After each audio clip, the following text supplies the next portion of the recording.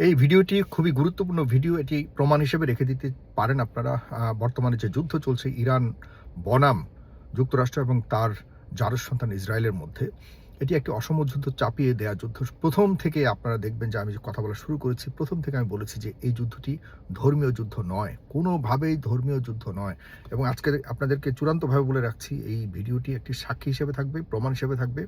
যদি কখনো এমন হয় যে শিয়া বা সুন্নির মধ্যে শুধুমাত্র ইসলামী এই মতবাদ নিয়ে যুদ্ধ হয়, এটির কারণে যদি যুদ্ধ হয়, তাহলে আমি সুন্নি পরিবারের সদস্য হিসেবে আমি ব্যক্তিগতভাবে বাংলাদেশের পক্ষে যদি এরকম কোনো সুযোগ হয়, শিয়াদের বিরুদ্ধে প্রথম মানুষ হিসেবে আমি তাদের বিরুদ্ধে দাঁড়াবো। বাংলাদেশের পক্ষে যদি এরকম কোনো সুযোগ থাকে দাঁড়ানোর, তাহলে আমি তাদের বিপক্ষে সর্বপ্রথম দাঁড়াবো, যদি এটা শিয়া সুন্নি কোনো যুদ্ধ বাঁধে। এটি আপনারা লিখে রাখতে পারেন, কারণ আমি একজন প্রকৃতপক্ষে সুন্নি পরিবারের সন্তান। যদিও আমি এই বিষয়গুলো নিয়ে খুব বেশি মাথা ঘামাই না, কারণ হলো আমরা সবাই মুসলিম।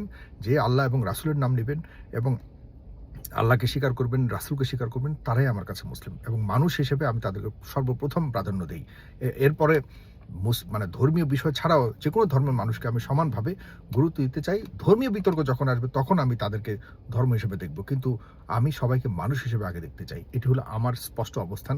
আমার আকীদা বা আমার ধর্মীয় বিশ্বাস, এগুলি নিয়ে আপনারা কেউ চিন্তা করার দরকার নেই। তবে কিছু কিছু ভাইয়েরা আছেন, ভুলবশত হয়তো আপনারা আমাকে শিয়াপন্থী, আমার আলোচনা দেখে শিয়াপন্থী, তারপরে আপনাদেরকে মনে রাখতে হবে, এটি শিয়া বা সুন্নির যুদ্ধ নয়। এটি হলো আমেরিকার জারজ সন্তান ইসরায়েলের যে বহু বছরের পরিকল্পনা, যে মধ্যপ্রাচ্যকে দখল করা, মধ্যপ্রাচ্যের সম্পদকে দখল করা, সেই সম্পদগুলিকে টার্গেট করে এবং বিশেষ করে ইসরায়েলের জায়নিজমকে প্রতিষ্ঠা করা। জায়নিজম মানে বুঝুন তো, তারা যে এই ইহুদিদের, ভাসমান ইহুদিদের সবগুলো একসাথে করে কিন্তু ইসরায়েলে সেই আজ থেকে 67-68 বছর আগে ইসরায়েলে জায়গা করে দিয়েছিল। আমাদের মুসলিমদের ভাইয়েরাই তাদেরকে জায়গা দিয়েছিল। এখন তাদের জনসংখ্যা বেড়ে গেছে, তাদের বহু বছর আগে তারা মনে করে যে তাদের ধর্মে এই পুরো মধ্যপ্রাচ্য তাদের ছিল। এই দাবি নিয়ে জায়নিজমের মতো একটা ডক্ট্রিন, একটা মতবাদ তারা বাস্তবায়ন করতে চাচ্ছে। এটির জন্য তারা মহাপরিকল্পনা নিয়ে এই মধ্যপ্রাচ্যের বাদশাদের, আমি কিন্তু মধ্যপ্রাচ্য সৌদি আরবের ব্যাপারে, সৌদি আরবের রাষ্ট্র হিসেবে সৌদি আরবের জনগণের, আমাদের পবিত্র ভূমিগুলির একবারও কখনো সমালোচনা করিনি। এবং আমি কখনোই এটা মানব না যে আমাদের সৌদি আরবের যে আমাদের ধর্মীয় গুরুদের ধর্মীয় যেসব নিদর্শন রয়েছে, এগুলির উপরে কেউ যদি আঘাত করে, তাহলে সর্বপ্রথম আমি সেটা সমালোচনা করব। এবং ইরানও কিন্তু স্পষ্টভাবে বলে দিয়েছে যে এটি কোনোভাবে আমাদের আশপাশের যেসব দেশ রয়েছে, এসব দেশের আমরা তাদেরকেই টার্গেট করছি, যেখানে যেখানে আমেরিকানরা এই ইরানকে আক্রমণ করবার জন্য তাদের ওসব মানে উপসাগরীয় দেশগুলির যেসব জায়গাগুলিকে ব্যবহার করছে, ঠিক ওইসব জায়গাগুলিকে টার্গেট করছে। আমাদের দেশের সাধারণ মানুষের কিছু ভাবনা রয়েছে যে সৌদি আরবকে আক্রমণ করেছে, দুবাইকে আক্রমণ করেছে, কুয়েতকে আক্রমণ করেছে। আরে ভাই, এসব দেশকে আক্রমণ করেনি।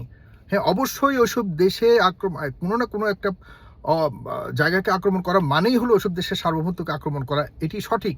কিন্তু আপনাদের মনে রাখতে হবে, এই যে বিভিন্ন দেশে ঘাঁটি দিয়েছে, এরকম ঘাঁটি উল্লেখ করে, এবং ইরানকে নিয়ন্ত্রণ করবার জন্য ঘাঁটিগুলি করা হয়েছিল, এবং এই পরিকল্পনাতেও তারা জানতো যখন এরকম যুদ্ধ শুরু হবে, তখন ইরান এইসব ঘাঁটিগুলিকে টার্গেট করে করে আক্রমণ করবে, এবং এইসব দেশগুলি সার্বভৌমত্বে আঘাত আসছে, এইটা মনে করে পাল্টা আঘাত করে একটা মধ্যপ্রাচ্যে বড় ধরনের গন্ডগোল পাকাবে।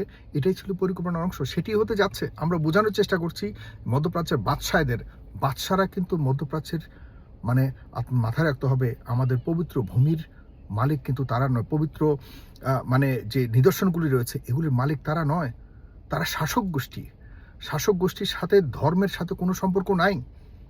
আমাদের মহানবী সাল্লাল্লাহু আলাইহি ওয়াসাল্লামের যে চিহ্নগুলি আছে, সেখানে যে আমাদের মহানবী সাল্লাল্লাহু আলাইহি ওয়াসাল্লামের কবর মোবারক থেকে শুরু করে যে অন্যান্য সাহাবীদের যে রয়েছে, এগুলির সাথে শাসক শ্রেণীর কোনো সম্পর্ক নয়। আপনাদের মাথায় রাখতে হবে প্লিজ। এইগুলিকে, শাসকদেরকে সমর্থন করবার জন্য শাসকরা আর্থিকভাবে বহু দেশে তাদের পক্ষের এই শাসকদেরকে সমর্থন করবার জন্য একটা শ্রেণী তারা মানে পরিকল্পনার অংশ হিসেবে তৈরি করেছে, যেটি আমাদের বাংলাদেশেও আছে। আমি বলতে চাই না কারা, আমি সবাইকে সমানভাবে দেখতে চাই, কিন্তু আপনাদেরকে ভুল বোঝানো হচ্ছে। আরেকটা নতুন অবস্থা তৈরি করছে, একটা মতবাদ তৈরি করছে একটা মানে অবস্থান তৈরি করছে যে বাংলাদেশের কেউ যদি কথা বলে তাহলে ওই দেশে যারা চাকরি করেছে তাদের চাকরি নিয়ে সমস্যা হতে পারে। দেখুন, কিছু কিছু মানুষের সর্বপ্রথম বলে কি আল্লাহই সব করবে, আল্লাহর উপরে ভরসা। এই মানুষরাই যখন আবার মনে করে যে কথা বললে মানুষ ক্ষতি করবে, এদের বিশ্বাস, এদের আস্থা, এদের আল্লাহর উপরে নির্ভরতা নিয়ে আমার সন্দেহ হয়। আমি মনে করি যে আমার ভাইরা যারা রয়েছেন, যারা মনে করেন যে আমার অবস্থান নিয়ে প্রশ্ন করছেন, আমি আপনাদের অবস্থান নিয়ে প্রশ্ন করবো, আমি আপনাদেরকে বোঝানোর জন্য ভিডিওটা করেছি এবং আমার অবস্থান স্পষ্ট। যদি কখনো সুন্নি শিয়া যুদ্ধ হয় তাহলে আমি অবশ্যই সুন্নি পরিবারের সদস্য হিসেবে সবার আগে আমি প্রতিবাদ করব। এখানে সুন্নি শিয়া যুদ্ধ নয়, আপনাদেরকে ভুল বোঝানো হচ্ছে। আপনাদের মতো মানুষদেরকে বিভিন্ন ধরনের সুবিধার বা দিয়ে শাসকদের পক্ষপাতিত্ব করবার জন্য বলা হচ্ছে। শাসকদের পক্ষপাতিত্ব আর দেশের পক্ষপাতিত্ব এক নয়, দেশ আর শাসক এক নয়। আমাদের দেশে শেখ হাসিনার বিরুদ্ধে আপনারা অনেকে লড়াই করেছেন, আবার সামনে অন্যান্য সরকারের বিরুদ্ধে লড়াই করবেন বা বিগত, এগুলি কিন্তু বাংলাদেশের বিরুদ্ধে লড়াই নয়। এখন প্রশ্ন হলো, আপনারা যারা মনে করছেন যে সৌদি আরব এবং সৌদি আরবকে শাসকদেরকে সমালোচনা করা মানেই হলো সৌদি আরবকে সমালোচনা করা, এটি মহা ভুল। আমি এই ভুলটি আপনাদের শোধরাতে চাচ্ছি। আপনারা অনেকেই আমার সমালোচনা করছেন যে আমি শিয়াপন্থী কিনা। আমি শতভাগ বলতে পারি, যদিও আমি শিয়া সুন্নি নিয়ে খুব বেশি কনসার্ন নই, কারণ এটি শিয়া সুন্নি যুদ্ধ নয়, এটি সম্পূর্ণভাবে জায়নবাদের বিরুদ্ধে মধ্যপ্রাচ্যের যুদ্ধ। যে মধ্যপ্রাচ্যের যারা এটার বিরুদ্ধে যুদ্ধ করবার কথা ছিল তারা করছে না, কারণ হলো তারা মনে করছে যে আমাদের এই বাদশাহী জীবনযাপন শেষ হয়ে গেলে আমাদের শেষ, আমাদের পরিবার শেষ, আমরা শেষ।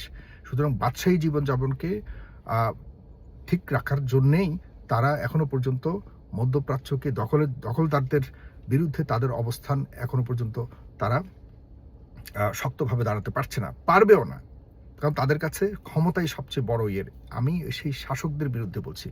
আপনারা কি মনে করেন না এই শাসকরা যদি কোনো কারণে তাদের ভুল বুঝতে পারে তাহলে তো শাসকদের আরও মানে সোনালী ভবিষ্যৎ তৈরি করা যাবে? আমি সেই জায়গাটাকে তৈরি করতে চাচ্ছি। আমার তৈরি করতে চাওয়ার না চাওয়ার কিচ্ছু যায় আসে না, যদিও কিচ্ছু যায় আসে না। মধ্যপ্রাচ্যের মতোই থাকবে। আমি সেই জায়গাতে বলতে চাচ্ছি যে আপনারা ভুল বুঝবেন না। আপনারা আমার অবস্থান নিয়ে প্রশ্ন করছেন, আমার অবস্থান স্পষ্ট। আমি কোনোভাবেই মনে করি না যে এই যুদ্ধটি কোনো ধরনের ধর্মীয় আকিদাগত যুদ্ধ।